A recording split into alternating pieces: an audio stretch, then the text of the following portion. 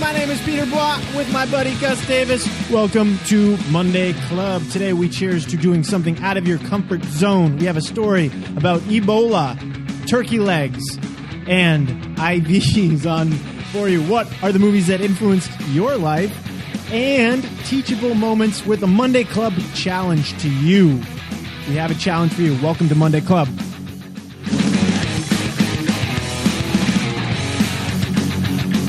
What's up, bro? What's up, brother? How you doing? I'm good. How you doing? Oh my God, I'm truly amazing right now because you know what day it is? Let me think about this. Monday. It's Monday. That's right. It is Monday. I'm so stoked that it's Monday. It's like this is my favorite part of my 3-day weekend is not Saturday, not Sunday, but Monday. I totally hear you, man. And sometimes it's my 1-day weekend on Mondays. Yeah, I'm totally there, man. So cheers, man. Today we are cheersing to improv. So specifically we're cheersing to trying something new, man. Getting out of your comfort zone. So yeah, cheers to you, sir. Cheers to you. Yeah. Clink again. Mm-hmm. Oh my God. So what are you drinking? I bought something special for Monday Club today. I was in the pretentious beer aisle at my grocery store, and I found Harpoon E-Hop. It's I don't even know how many ounces this is. It looks like a 40 to me. It looks like a 40 to me too. And it is from Harpoon Brewery in Boston. Oatmeal Pale Ale. 6.6 alcohol by volume, 52 IBUs. So it's like an oatmeal pale. Oatmeal pale ale. It has some delicious hops, but not bitter. It's really, really delicious. It's so funny seeing you hold a 40 while you're trying to talk. It's bigger than my head. Actually, no, nothing. Pretty impressive. Not much is bigger than my head. No. Literally speaking. So I feel so woefully unprepared for today's show, and here's why, man. My normal headphones that we talk on just totally crapped out on me, and so I have my old school Xbox Live headphones plugged in, and then I was so excited about Monday Club, I ran to my liquor cabinet, and it is devoid of all alcohol. We had kind of a big weekend this past weekend, so. And it was out of mixers, so I had to like MacGyver myself a drink for today. So this, I don't know if you can see that or not. That is a mason jar filled with Capri Sun that I stole from my kids. I stole from my kids' snack pack, and I filled it the rest of the way with vodka. So it's Capri Sun and vodka in a mason jar. That's awesome. That's true ingenuity right there. Monday Club ingenuity. Listen, man, I'm dedicated to my craft. What can I say? Wait, what flavor Capri Sun? No, so it's it's even worse than that. I don't remember. It's like whatever fruit punch Capri Sun, but we've actually I had the Capri Suns hidden from him, and I just I literally was out of mixers, right? So I found those Capri Suns, and they expired in March of 2016. So it's expired Capri Sun, but the vodka will take care of whatever's in there, right? Yeah, totally. You're kind of taking one for the team. You don't want your kid to get sick or from expired Capri Sun. I don't want to lose the money on that. Yeah, You're don't want to waste it. Yeah, that's right. I'm going green here is really what's happening. Good work. Eco-conscious. Goes with those green headphones of yours. yeah, my camo green headphones. Sure. I can't even see them, man. They blend in. Oh, well, good. Well, then you can't see all the halo marks all over. So you've done. We cheers to something new, trying something new, and you have actually done something new this week that you haven't done. So I'm off the road for about a week and a half, 2 weeks.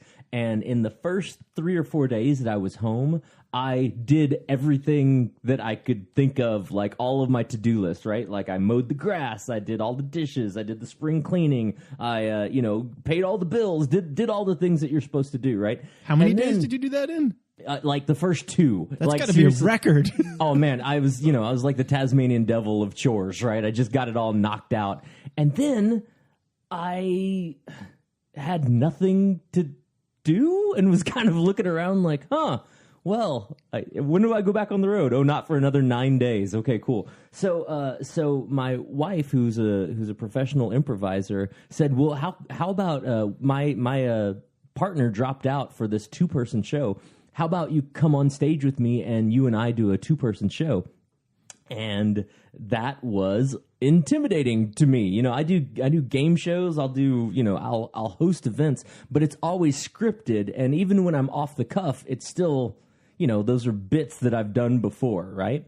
So this whole idea of stepping up to the plate, getting on stage for like 30 minutes and having no script, just a bare bones idea of what we were trying to accomplish was terrifying. But we knocked it out of the park. It was fun.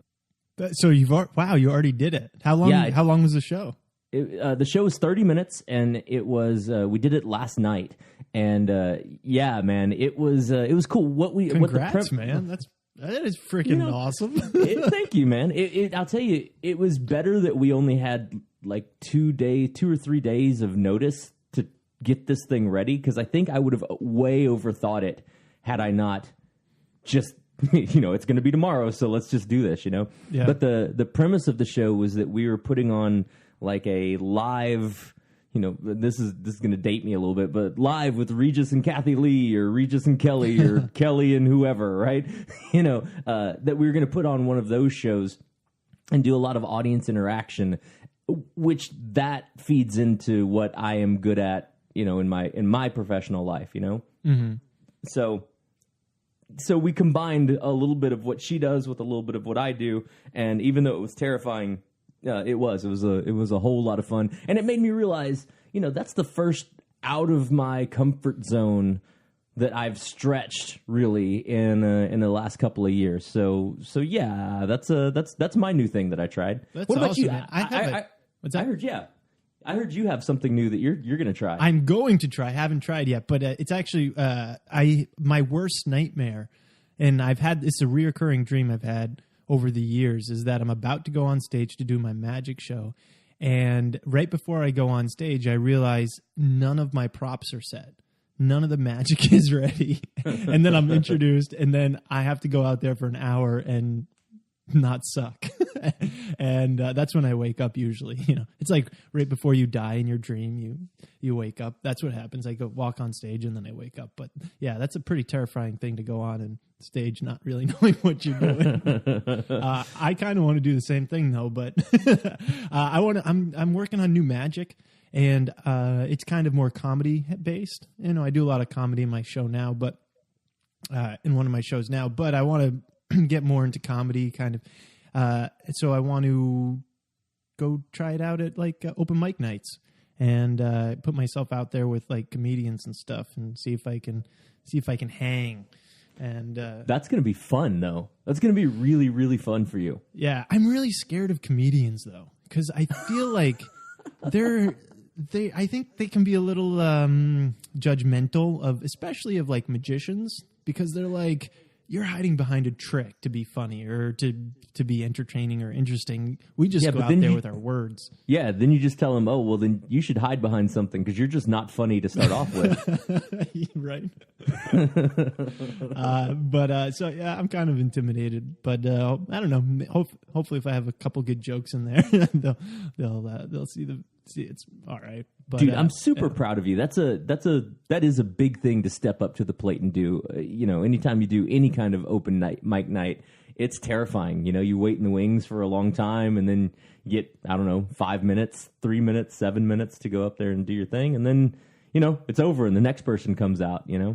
So, kudos. So hopefully I'll get that done in the next few weeks. So then I'll be able to report back and see how I bombed. No, you're gonna knock it out of the park. So that dream that you were saying where you show up and you don't have any of your props? Yeah. So that actually happened to me one time. Oh. I was doing a New Year's Eve walk around magic show, and I have 2 briefcases. I should say back then I had 2 briefcases that looked exactly the same because I liked the way that those briefcases looked. But one of them was filled with my walk around magic show, and one of them was filled with like the extra stuff that you know doesn't actually make a trick, but it's the extra bits and pieces, right? And I grabbed the wrong one. I could have sworn I looked in there, but I grabbed the totally wrong one. And I show up, and it's at this posh country club, and I have nothing. I don't have a deck of cards. I don't have anything, right? And I was faced with a weird choice. My choice was, you know, bow out of it or just power through, right? And it ended up being one of my favorite shows that I ever did. I had 4 hours to I walked up to every table. I think I did end up finding a deck of cards somewhere. You know, it was like somebody's old poker deck, right? Yeah, it's all crinkled. And yeah. And I found a couple of rubber bands somewhere, but that was pretty much it.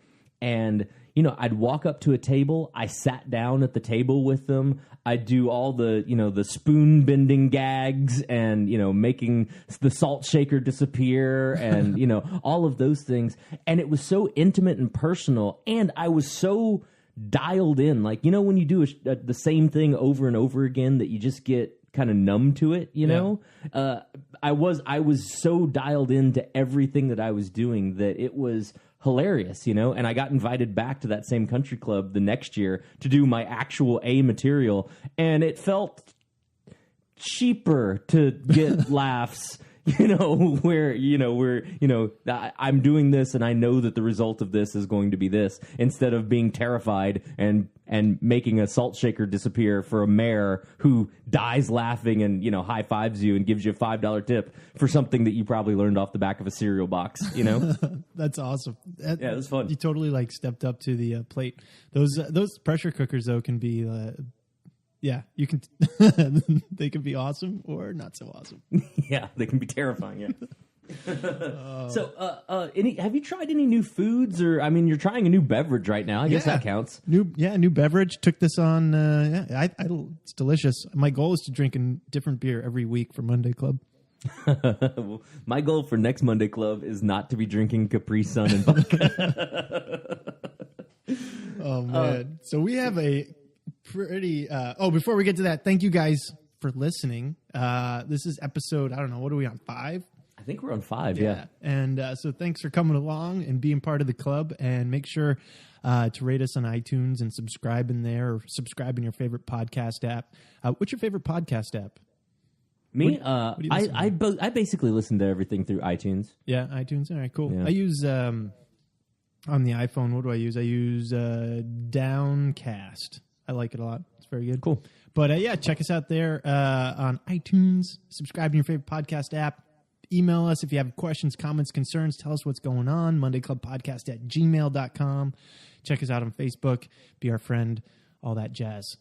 I want to just put another plug in and shout out to everyone that's listening to us here. I mean, it's starting to feel like a big, giant community of friends hanging out, sneaking that one extra day of Monday of weekend in there with us. And so thank you guys. We appreciate you so much. We do. I agree. I don't know. I second that motion. Put it to a vote. All in all. The ayes have it. Motion carries. Meeting adjourned. Good job, peeps. Me and Gus, we've had an interesting trip to the hospital one time. What was it, 2 or 3 years ago now? Yeah, I think so. So let me set the stage, and then you can, fill in your part. Okay. All right. Wait, are you going to start at the beginning? I think so. I'm going to start at the beginning for me. Okay. Oh, okay. We're heading to a conference in Dallas, Texas, and this is during the time that there is a huge Ebola scare coming into the United States. So, every day you read that, there was an outbreak of somebody got infected with Ebola at this place and at this hospital and stuff like that. And it just happens that one of the few Ebola cases that actually happened in this country was in Dallas, Texas, right? And so while we're heading to this conference, people are all nervous about, hey, did you hear about the Ebola scare that happened? And this nurse was here in Dallas and all of that stuff. So That's the scene. That's the scene I want you to have in your head. Okay. All right. So now Pete and I arrive at this conference, and I'm going to tag out. It's your turn. All right. So we're here, and right across the street from the conference center is Six Flags. Right? Great Adventure? I don't even know. Six Flags in Arlington, and so Eric Diddleman, buddy of ours, he's a huge roller coaster freak. And so every time we get close to a roller coaster, he's like begging people to go with him.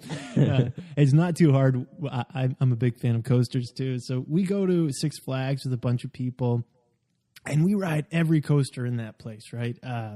There was actually one coaster I remember where it had this really sharp like barrel. I don't know what it's called. It's barrel roll or something, where you're just spinning so quick. I remember my guts going into my stomach and down, and I almost passed out. I literally felt myself kind of get on the verge of blacking out. Wow. Yeah, I would never last in the NASA program. My dreams of astronautism is gone. So we do this, and then so we're done riding all the coasters, and we're on our way out, walking out, and I'm like, oh man, I'm hungry. I should grab something. So I decide in my amazing wisdom to get one of those carny turkey legs. You know, those big, fat, huge turkey legs? And those things are delicious. I mean, there's nothing that makes you feel more caveman than eating, the full leg of a giant turkey. I know. Or like you're in the medieval times where everyone's got like a huge like dinosaur drumstick, and you're like, right. Give me some more ale. And so I have this drumstick, and a friend of mine, Amanda, was there. She's like, oh, I love these. Can I have a bite? So she has a bite too. That'll be important later. And we go work, and the next morning I wake up with a terrible pain in my stomach, and I start barfing everywhere. Well, I made it to the toilet, but it was coming up both directions if you want to get the full picture, and it was awful. Every like 40 to 45 minutes on the button, I was running to the bathroom, and it was awful. I obviously had food poisoning, and I actually missed a day of this conference, or the first half of the day of this conference, because I couldn't go. I called up Gus and CJ, and they're like, can we do anything for you? I'm like, bread and applesauce and Gatorade. I remember that, man. And we showed up at your hotel, and first of all, being sick on the road and being sick in a hotel is the worst. It's just it is awful not being at your own house and being sick. So that's one. Two, when I saw you, dude, you look like, man, like Night of the Living Dead. You were waxy and, slightly grayish and just looked terrible. So, I'm just so sorry that you had to go through that. And then I remember you're at this conference. You've paid thousands of dollars to be at this conference. I remember you showed up to the next marketplace, and I'm proud of you and everything like that. But, hey, you want to see a magic trick? Oh my God. I know. Yeah. So I'm in a booth. Yeah. I decide to go do the second half of this conference, and I'm in a booth trying to convince people to book my show. And I'm like probably super pale. I probably look like ass. I probably had awful stank vomit breath. And oh my God. Did I actually throw up then? I don't remember. I honestly don't remember if you threw it up in the marketplace, but I will say that Amanda came up to me and said, get him out of here. He just looks terrible. I was like, who else is going to sell me? I gotta bring home the bacon, baby. But bringing up Amanda again, I would talk to her later or that day, and she said that she threw up the night before, the night of eating the turkey leg. So I was pretty confident that was because she only had a bite. So it probably like went in there and was like, oh, we're out of here, and came right back up. So Amanda got sick off of one bite. Off of one bite. And how many bites would you guesstimate that you took of this turkey leg? Well, I would say one of these giant turkey legs probably takes about 103 bites. Oh my God. Did you have, when you were eating it, did you know that it was like an off turkey leg? No, it tasted good.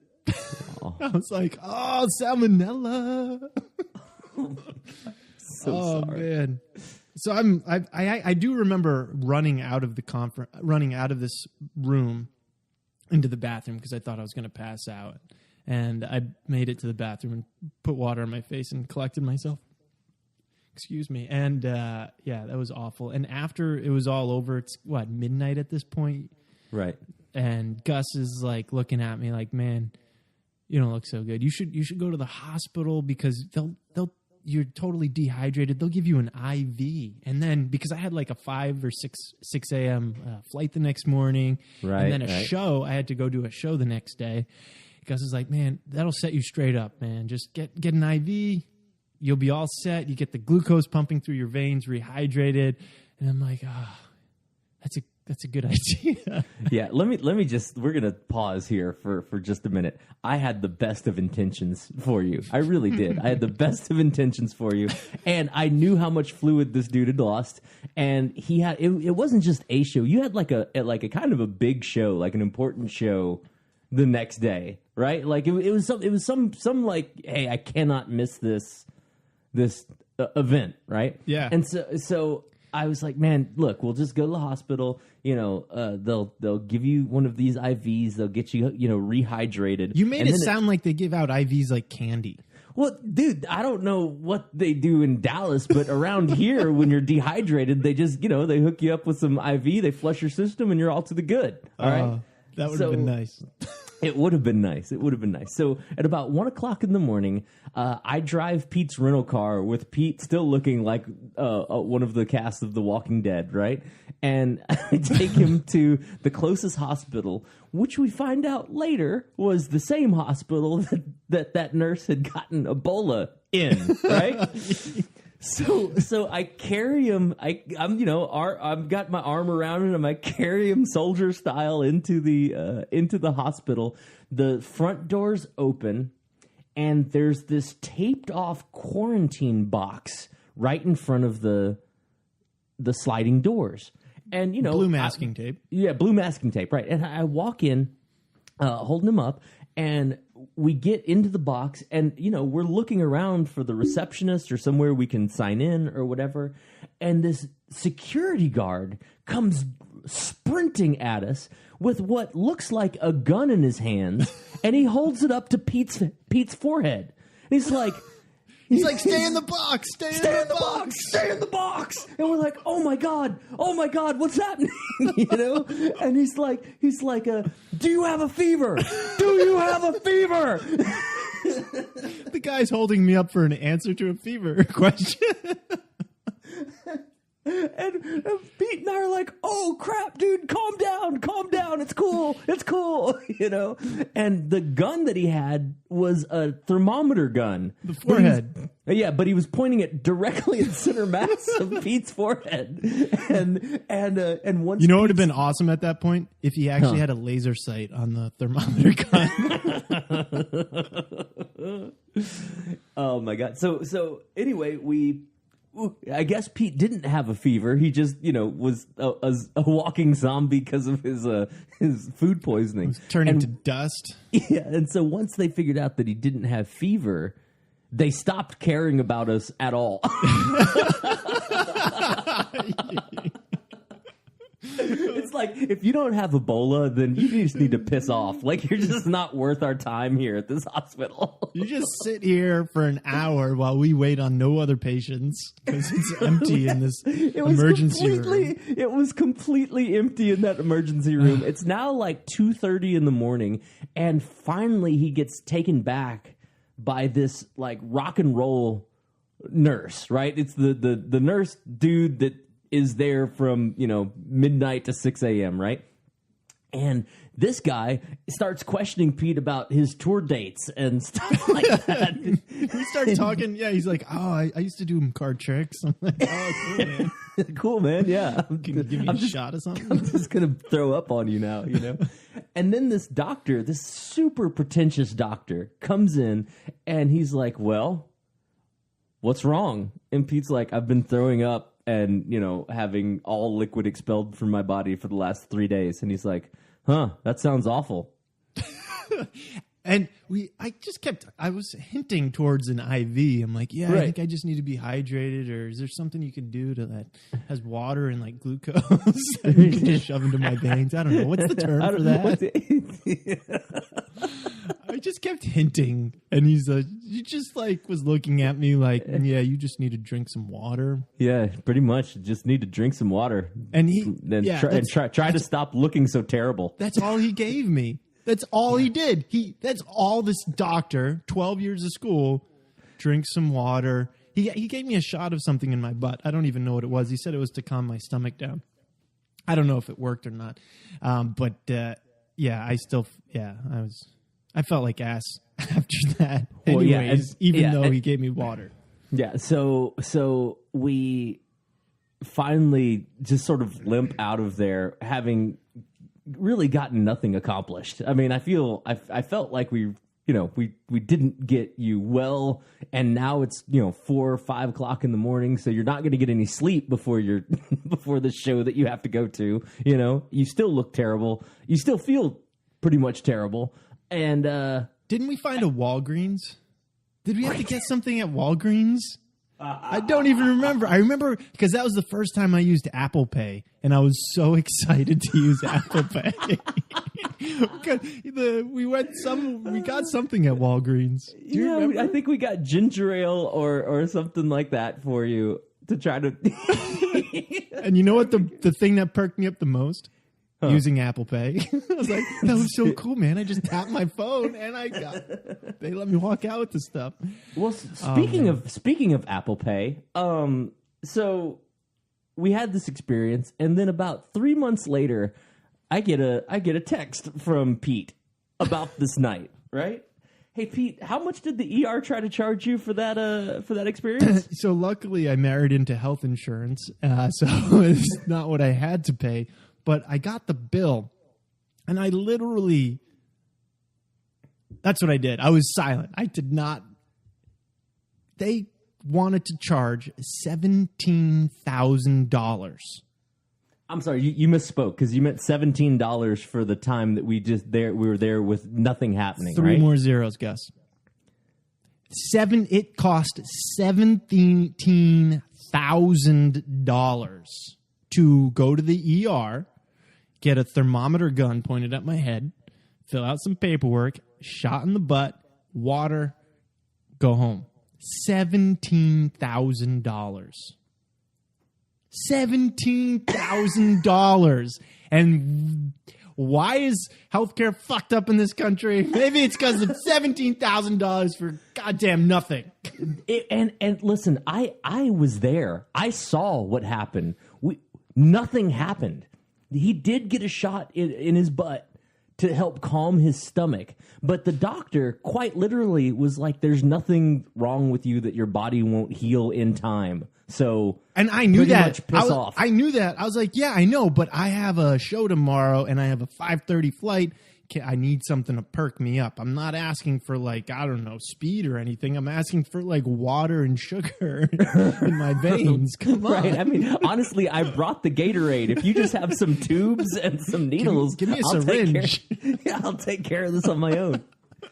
$17,000. There was a line item on that invoice or that bill that had an I and a V next to it, and there was a charge for it, and I was so pissed off. I'm like, you serious? They totally charged me for an IV. I called up my insurance company, right? And they got the hospital on the phone at the same time because I'm like, they're not getting away with insurance fraud. I was so pissed off. Right. I'm like, this is what's happening to our insurance premiums because hospitals overcharge for stupid shit.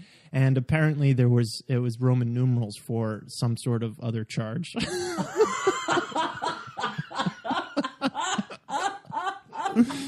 So I got all worked up, and I'm like,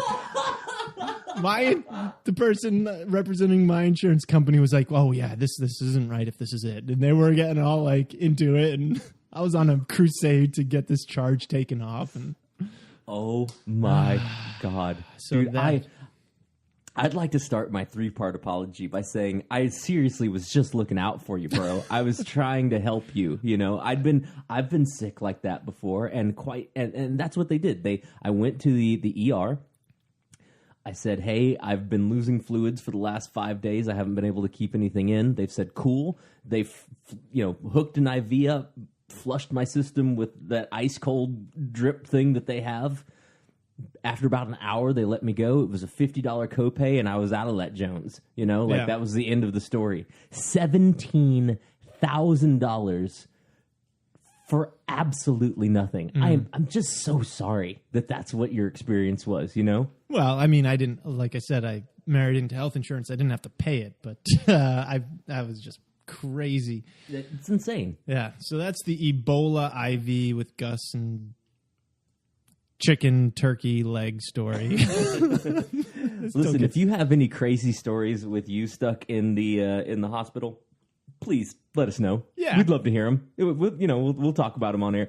I would make me feel better. Yeah, I would love to hear what kind of charges people have gotten from the hospital that are just absolutely ridiculous. Like, for instance, last time I went, and I don't remember what was going on at the time, but you know how they give you that crappy, half schmuck thing that covers just the front of you so that your ass is flapping around?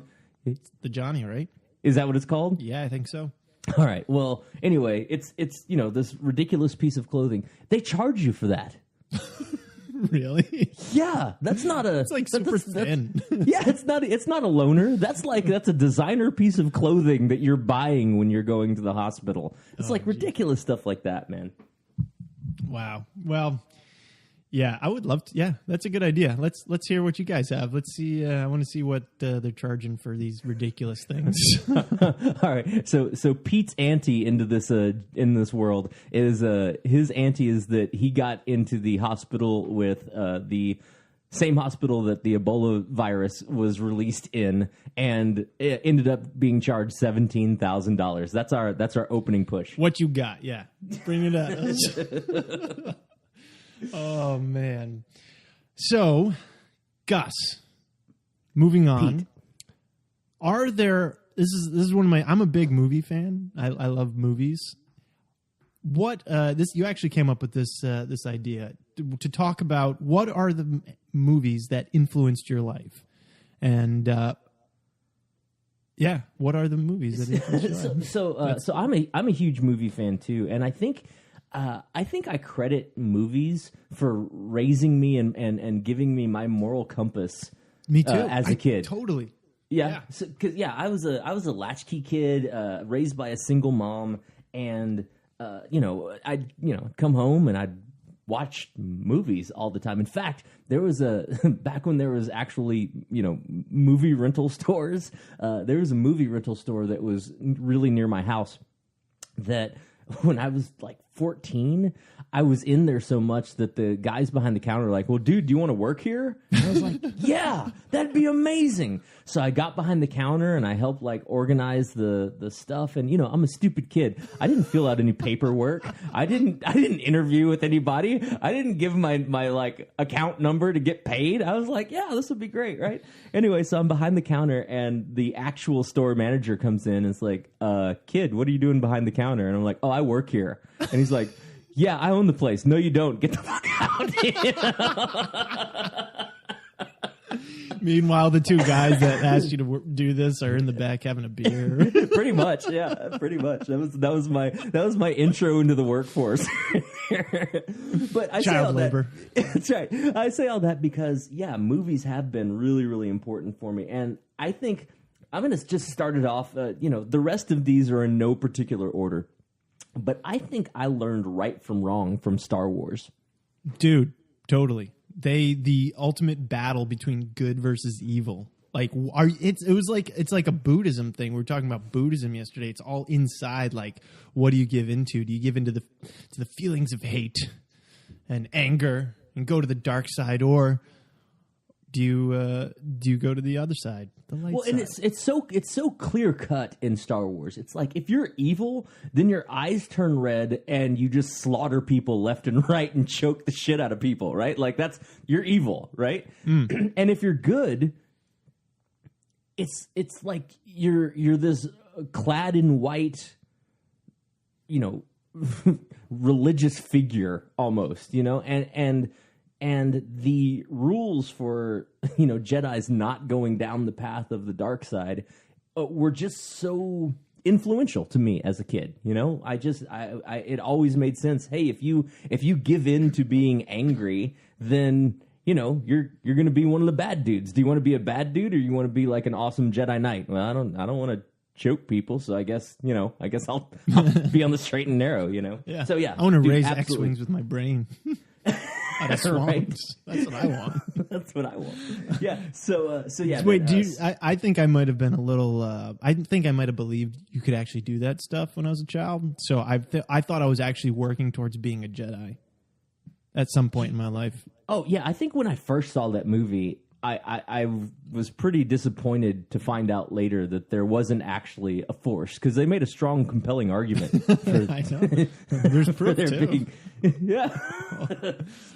I recently watched Star Wars.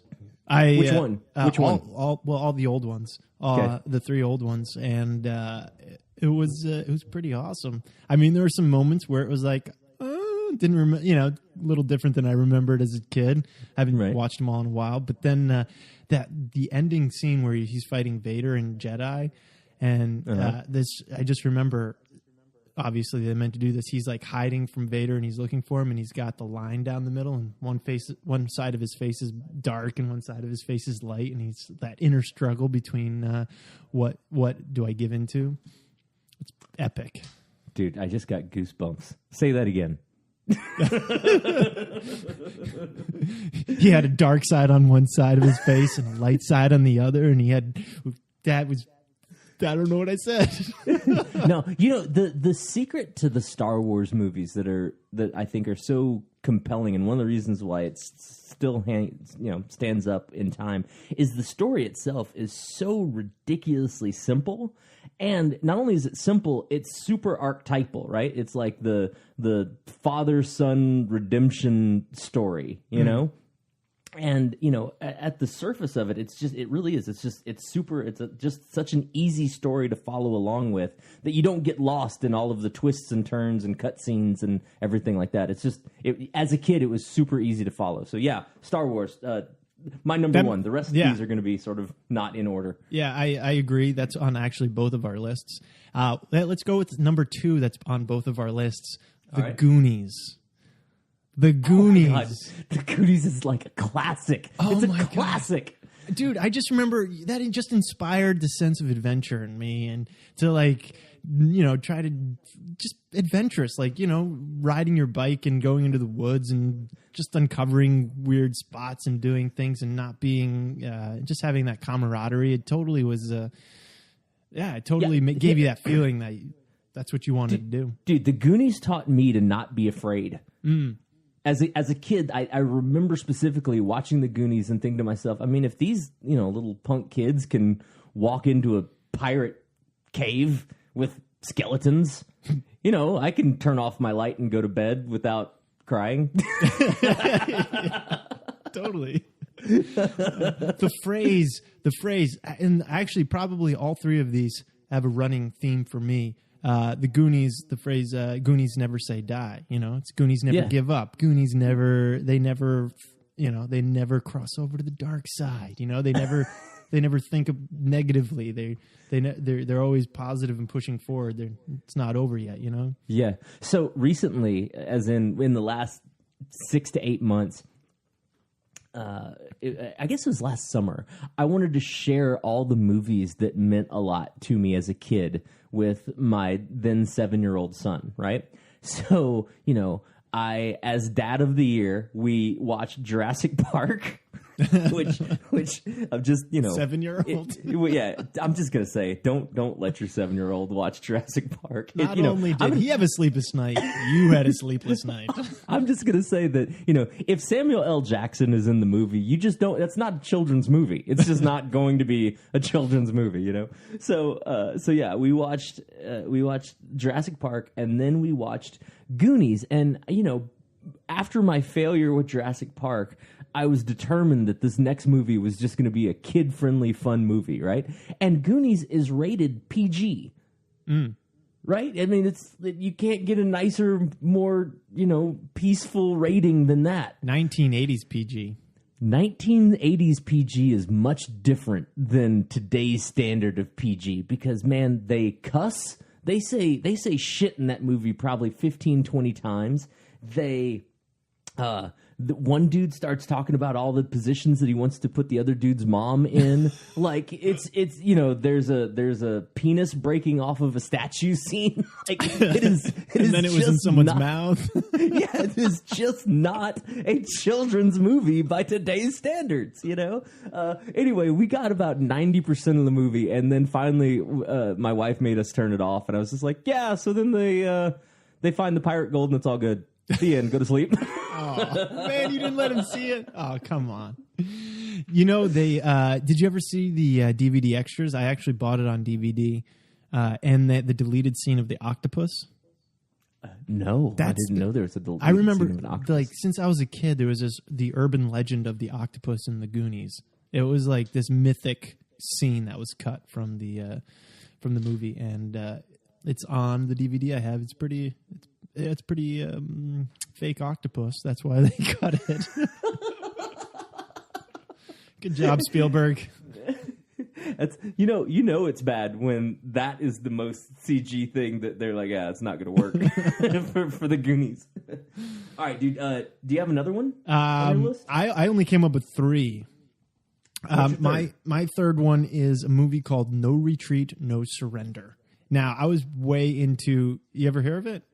No, I've never heard of it. It's one of the 80s martial arts flicks, that the influx of martial arts flicks. It was actually Jean-Claude Van Damme's first American film, I believe, or first film overall. Really? Yeah, he wasn't the lead star. He was kind of like he was a supporting role.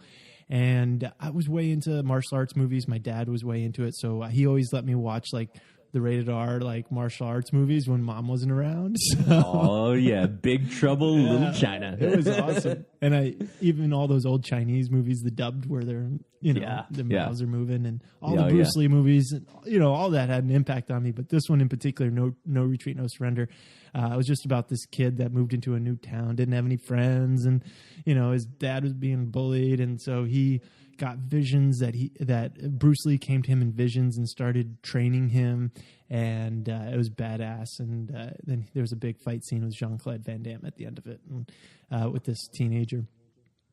He won. Spoiler alert. But again, that line, what's the word? The through line of this: no retreat, no surrender. It's don't give up. Just like Goonies never say die. Star Wars, A New Hope. Right. I guess that kind of had an impact on me. Like when you're deep in shit, you just keep going. Yeah, absolutely, man. I told you at the beginning of this that I was such a movie freak when I was, especially in my early teens. I'd spent a lot of time at that I Love Video, and those kung fu movies were great. And I mean, it's really hard to watch them now and think, oh, this is a good movie. I mean, they're absolute crap now. But back then, they were as action-packed as it got, right? So on my list, I have one that's just like that. It's called Only the Strong. And I forgot who all's in it. And it was just such a cult classic for me and some of my high school, college friends. It's a movie that talks about the martial arts of capoeira. Do you know what capoeira is? Yeah, Brazilian jiu-jitsu. Yeah, Brazilian jiu-jitsu. And where they're like dancing and stuff. Yeah, they do dance fighting. It's like they have dance-offs / kung fu offs at the same time. And back in the 80s, back in that genre, it's that same deal. There's no gray area of whether somebody's good or bad. They're either wearing the Cobra Kai jackets and want to break your legs because they want to do drugs, or they're, Zen Buddhist monks that are trained for peace that only want people to live in harmony and, drink green tea. It's like so clear and defined. So yeah, only the strong, man. That was if you have.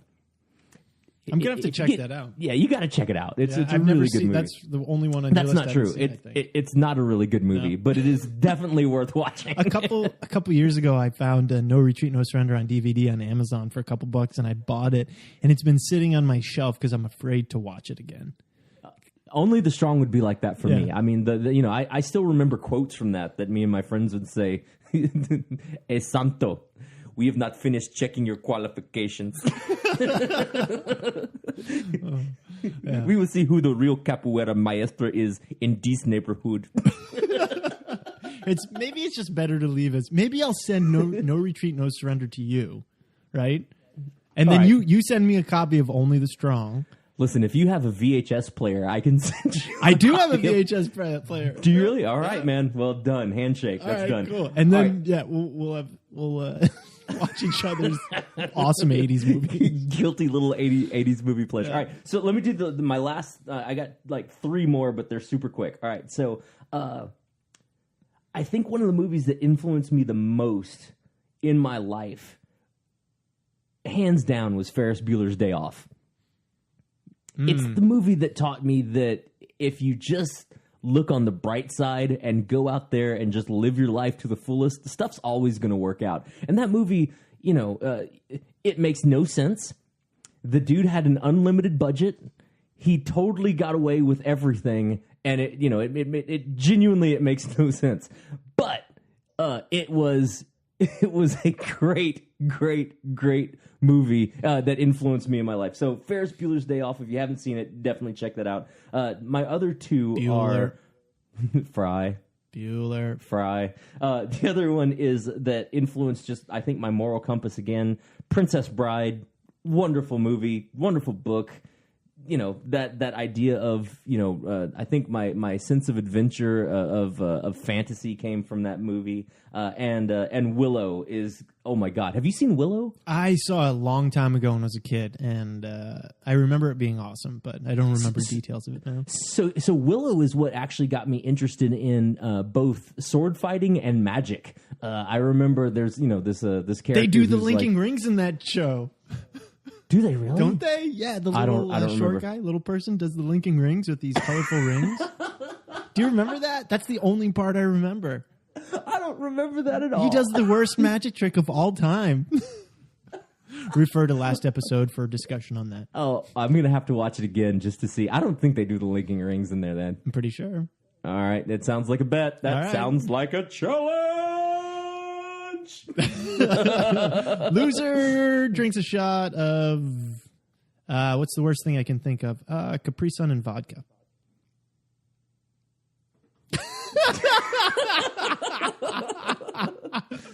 I don't know if you can see that or not, but we're getting You're down almost there, buddy. down there. Look at my 40. I'm 3/4 through. Willow. Willow. I ended up taking fencing lessons right after seeing that movie because I wanted to be a badass swordsman, and come to find out that fencing and being a badass swordsman are 2 totally different things. Willow inspired both magic and sword play in my life. Well, I'm so glad you watched Willow because we probably wouldn't be friends if you didn't become a magician. Yeah, true story. I don't care about the fencing, but No one did. we want to issue a Monday Club challenge to us and to you. So the challenge is to get a picture with something in the background that has MC in it, either MC Hammer, Motley Crue. Those are your examples. Yeah. The idea here is that we want MC, we want Monday Club and the MC initials to whatever you can find that is really, really awesome. We want those pictures, and we will probably post those on our actual website. I want a collage of the MC. Yes, and I will be doing that. I'll be actually traveling this week, so I'm going to be keeping an eye out for some MCs, and me and Gus are going to do it. Hey, Gus, we should see how many. We should have a competition. How many we can get? Who can get more, you or me? What are the rules? Or can we have other people help, or is it just solo? What do you mean help? Like draw stuff in the background, like.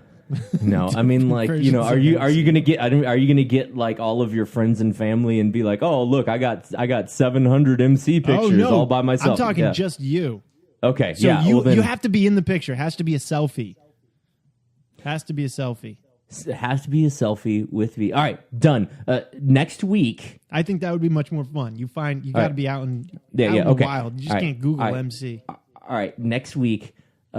I will have more MC pictures than you. You will not. I will. And if I don't, loser has to...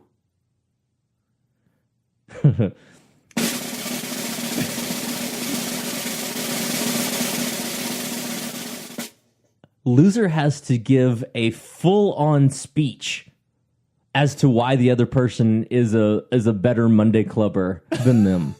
Okay. All right. Live on air, a full-on concession speech. All right.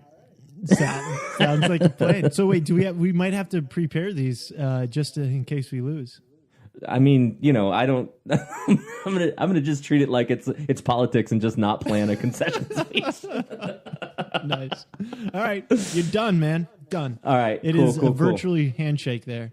And we want to see your MC pictures, so post them to Facebook or Twitter or tag us on Instagram or whatever. Anywhere you want to post it, we'll make a collection of them and talk about them. Yeah, done. Yeah, that's going to be so cool. And we're really looking forward to adding to our website, especially with, people who care. We want you part of this conversation, part of this Monday Club. Teachable moments. How's that? That was pretty good. Yeah. That was pretty good. It was on key. Right. Yeah. That's rare for me. So you have an interesting teachable moment. You've been on kind of a tear about this. So go ahead, get it out there in the world. All right. So you've been drinking coffee wrong if you've been drinking it from a Keurig. Done. Right? The only true best way to drink coffee is French press. I mean, it's amazing coffee. Let's break down the Keurig for a second. You have this packet. Now, don't get me wrong. I'm not making fun of you because I drank coffee out of a Keurig for years, and it's okay. It gets you by if you need to. I kept my Keurig machine. I have some K cups in case of emergency, but you drink. It's like, I don't know. It's packaged in this thing, and then it's less nitrogen stuff is put in to keep it fresh, and then it happens so quickly, and it just doesn't brew the best cup of coffee, in my opinion. Are you a Keurig guy, Gus? I will say that I am a Keurig guy. However, I 100% agree with you. It's the patch for drinking coffee, and the trade-off for working on a nice cup of coffee versus Keurig is that I drink my Keurig coffee when I am at my absolute laziest. It's like all I want to do is hit one button and then have myself a warm cup of coffee, And it is good for quick, but it's not, it doesn't have the same thing as a French press. I've got turned on to French press from friends, and I actually have an R2D2 French press. So I will be posting pictures of that on Facebook and Instagram and stuff. Gus doesn't believe me. He totally doesn't believe me. So I actually buy my beans from down the road at they actually cook their beans. They roast their beans in like this 100 plus year old coffee roaster. It's like I don't know, cast iron. It's like super old and antique or whatever. Dude, now you're just showing off. I mean that's extra credit. You want to go to like a fancy foo-foo coffee roaster shop, and that's cool. But if you just take some good beans from the coffee shop and put them in a French press, now make sure you get the groundly coarse beans, so they don't go through the whatchamacallit. What is it? Filter, yeah, filter when you press it down. But if you like coffee, you need to invest in a French press. That is all I have to say about that. All right, man. Well, you made it sound so gourmet and nice that now when I literally when we're finished here, I was like, oh yeah, I'd go have a cup of coffee. Oh no. Do you have a French press? No, I don't, man. I'm just rocking the. I'm trying really hard not to drink as much coffee, especially being home. It's like being home for this long extended period of time. I am trying to detox myself. I didn't do a great job this weekend. I had a crap ton of alcohol. But, when you're on the road, you just get in such habits of having, coffee every morning or an energy drink at night to try to boost yourself up to do a good show and all this stuff, And so, like, being home, I'm trying to drink more water and, stay off some of the sugars and all of that stuff. But now, you just did poetry about how a French press is going to make my coffee taste. I might have to go pick that up. And it's also part of the ritual too, like, because you're putting this time and energy and care into this thing you're making. It's like you get way more enjoyment after you say you go cook an amazing meal. You get way more enjoyment out of it and a sense of accomplishment because you've actually done, you cooked it, you created it. Get kind of a little bit of that same juju right there after you brew a nice cup of French press coffee. Dude, what a beautiful transition spot into my teachable moment. Okay, so my teachable moment of last week was how much I enjoy cutting my grass, and here's what I mean by that. I don't actually enjoy doing lawn care, but so much of what I do in my life is so esoteric. It's like there's no, when I'm working from home and I'm trying to book events and shows, there's no start and stop of that. It's just it's the grind, it's the hustle trying to get things done. And when you're working on a new, magic trick or comedy bit, it's ever evolving, right? But when you're cutting your grass, when you start off that your grass looks crappy. And then when you're done, it's completely done. Like, check that off the list. That box is gone. Like, it is done, And I found myself getting really stressed out because I had so many projects up in the air, and it was really, really nice to check off that box of, hey, what was that one thing that I needed to get done? Oh, the yard. Okay, is it done? Hell yeah, that's done. And just check it off the box. So if you're having a hard time, if you're out there and you're stressing out about something, just find something that you can have an easy, box to check off your list. Be that dishes, clean the bathroom, knock the yard out, whatever it is. But just, get a good check mark right off of that list. And I think it'll make you feel like you got something accomplished for the day. Yeah, you get that splash of dopamine from accomplishment. Yeah, you do. Do you know, I've read an article that accomplishment is actually addicting because it releases, dopamine or serotonin or whatever is in your brain that makes you feel good. And when you accomplish something, you get that shot. So the more you accomplish, the more you want to accomplish because it's addicting. Do you use to-do lists at your... Oh my God, yeah. I have to-do lists out the yin yang. What the hell did I just say? I have to-do lists out. Asshole, I don't know. And that is how you know that he just finished his 40. Oh, right, there's one sip left. Here we go. Oh, wow. Well, I use to-do lists too, and I put everything on the to-do list. I put ridiculous things on the to-do list, like, eat breakfast is on my to-do list. And I do it that way so that when I'm done, I can get that check on that list, and it automatically, so it's like it's like it gives me that, it's like that free space on a bingo card. It's like, yeah, got one. Yeah, it's so satisfying. I love, like, I have digital ones now. I that click, that's so satisfying to get that check mark. that to do. Well, cool, man. Yeah, so that's our teachable moment. I hope you guys can use that too. Oh man, well, this is awesome. Happy Monday, everyone.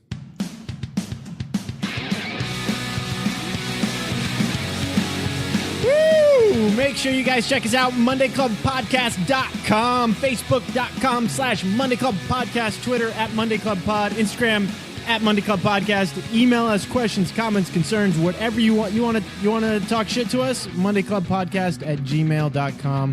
Happy Monday, everyone. Happy Monday. Yeah. Oh man, this harpoon is amazing. This Capri Sun and vodka, Oh, wow. not so much. I'm gonna have to buy more of that.